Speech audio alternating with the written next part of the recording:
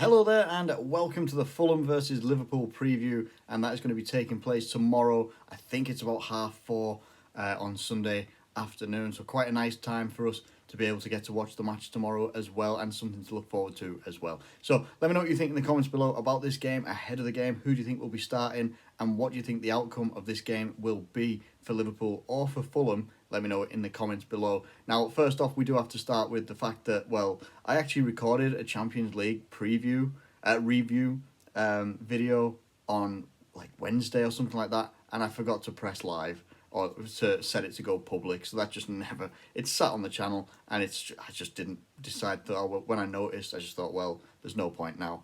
Pretty good game overall. Good to get the youngsters involved as well, and it was really nice to see Leighton Clarkson take his chance as well. Probably was one of the standout players in that game for me anyway. So now we're going to move straight on into the Fulham preview. And Fulham, now where are they at in the Premier League at the moment? So Fulham are just above the relegation zone with 7 points. They've played 11 games. They're in 17th at the moment, with Burnley, West Brom and Sheffield United behind them. West Brom won't be moving because they've just lost to Newcastle United as I'm recording this. So they're safe-ish from the relegation zone at the moment. Burnley play Arsenal as well, so that game could go either way. We just don't know what Arsenal will turn up. So Fulham, they're doing okay. They didn't start the season very, very well. In fact, if we go look at their matches near the start of the season, if I can find them, they started off the season against Arsenal, and obviously not a very good, that made Arsenal look very good because they won the game 3-0. I think it was like a hat-trick of assists or something from Willian in that game as well. They then moved on to Leeds, and Leeds ended up winning that game. It was a very entertaining game, 4-3, and that was 2 4-3 games for Leeds that they were on the good end of, and not on the not-so-good end of when Liverpool beat them 4-3 as well. And then it was against Aston Villa.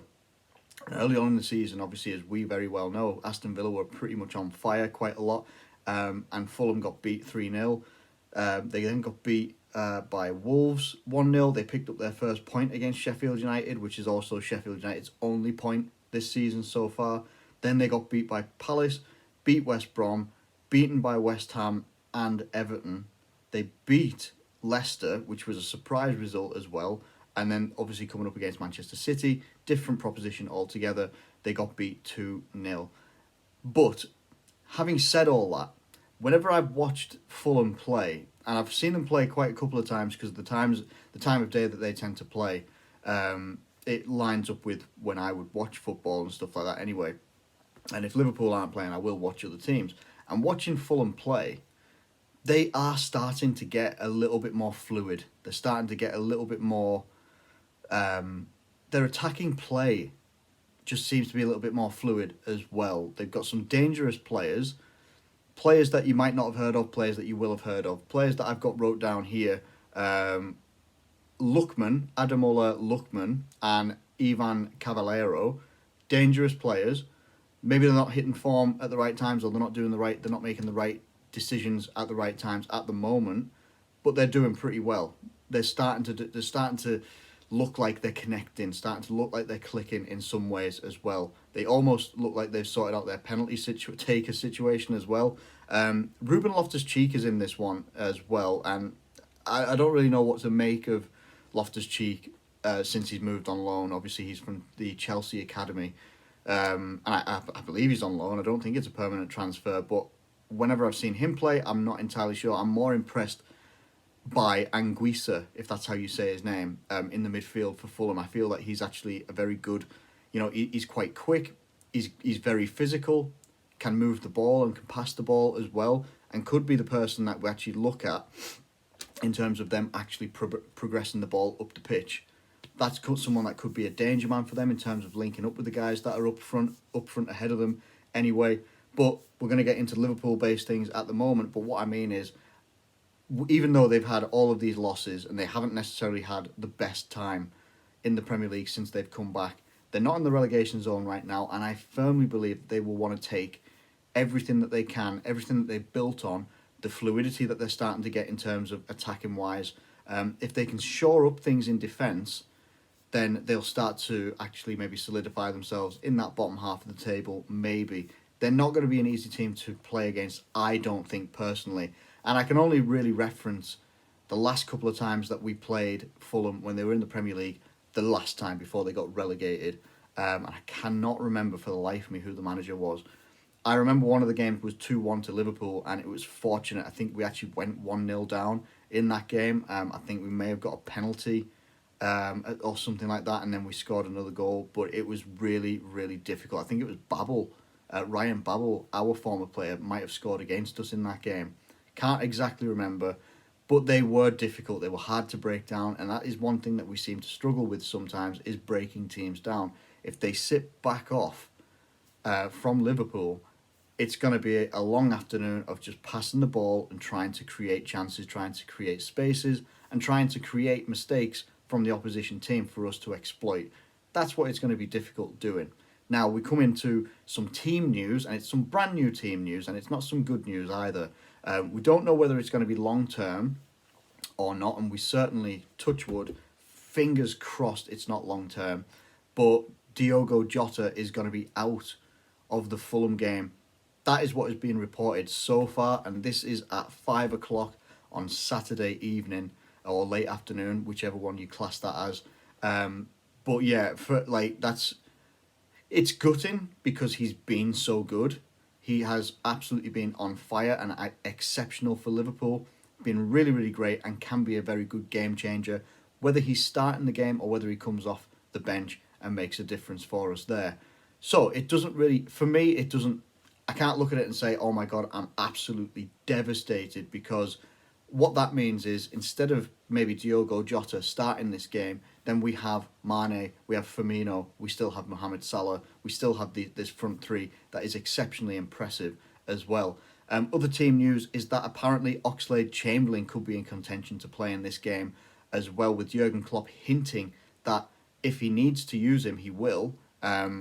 Hopefully it's not too soon for OxladeChamberlain to be coming back into the Liverpool fold, because we certainly don't want someone like OxladeChamberlain picking up another injury, because his injuries are a little bit like Joe Gomez. When Joe Gomez gets an injury, it's long term. OxladeChamberlain gets an injury, it tends to be pretty long term and can sometimes take some time to get back into form. But if OxladeChamberlain can start in midfield or comes on from the bench into the midfield role, then that would be a really good boost for us. He's pretty much the quickest player that we have in central midfield. His driving runs, his aggressiveness as well, can really help drive us forward through pretty much any teams. We've seen him do it against likes of Manchester City in the past. I'm pretty sure he could do it again. I don't think, even if he's fit, if he's ready to go, I don't think he'd be starting this game. So if we go into the midfield, there's two options that I would look at in midfield. Henderson, Gini Wijnaldum and Curtis Jones. That would be one midfield, and I'd be very, very happy with that one as well. Curtis Jones takes his chances very well, and he's such an exciting player. Going forward, coming back, all the work that he does in midfield as well. Gini Wijnaldum is an absolute workhorse. He's an absolute engine, but he's a magnificent footballer as well, like he showed in the last Premier League game when he scored an absolute banger. Absolutely fantastic goal as well. So I'm happy with Gini Wijnaldum in there. Whatever he does up and down the pitch, he is absolutely fantastic. He's a Rolls Royce. That man is absolutely fantastic. And Jordan Henderson, because Jordan Brian Henderson, he's our captain, he's our leader, and he's just, again, a fantastic footballer for us in midfield. He is the engine and the heartbeat of that entire team. And anytime that we can play Henderson, I want him in there. Now, the only reason that we might change this is obviously because we played Tottenham, I think, 3 or 4 days later. So there could be some changes here. There really could be some changes. Other options that you could have here, if you want to save some players or rest and rotate some players in or out, is you could have Naby Keita come in. He played a couple of minutes against Wolves, I believe it was. Came back into that game as well. Fabinho could come into midfield as well. That could also be an option there. There are other options as well that we could use, including those guys. But for me, I think I'm going to go with the Curtis Jones, Gini Wijnaldum and Henderson midfield. I think it's an exciting midfield, and I think it would help. You know, it gives you a good abundance of creativity. It gives you attacking force as well, mainly through Curtis Jones, I would say. But it also gives you grit and battling and good tackling as well from Henderson and Gini Wijnaldum. So that's why I would include those guys in there. Into the back line, I got to go with Andy Robertson. Most likely it'd be Fabinho and Joel Matip, but if we wanted to maybe save Fabinho a little bit, maybe pull him back, just say, look, we're going to give you a little bit of rest, maybe start on the bench today, then I'm totally happy if Liverpool want to go with Nat Phillips and Joel Matip as well. I think that could actually be a pretty dominant force as a centre-back pairing as well. Then Trent Alexander-Arnold on the right-hand side showed exactly what we missed from him in the Wolves game when he came on. Within minutes, got an assist.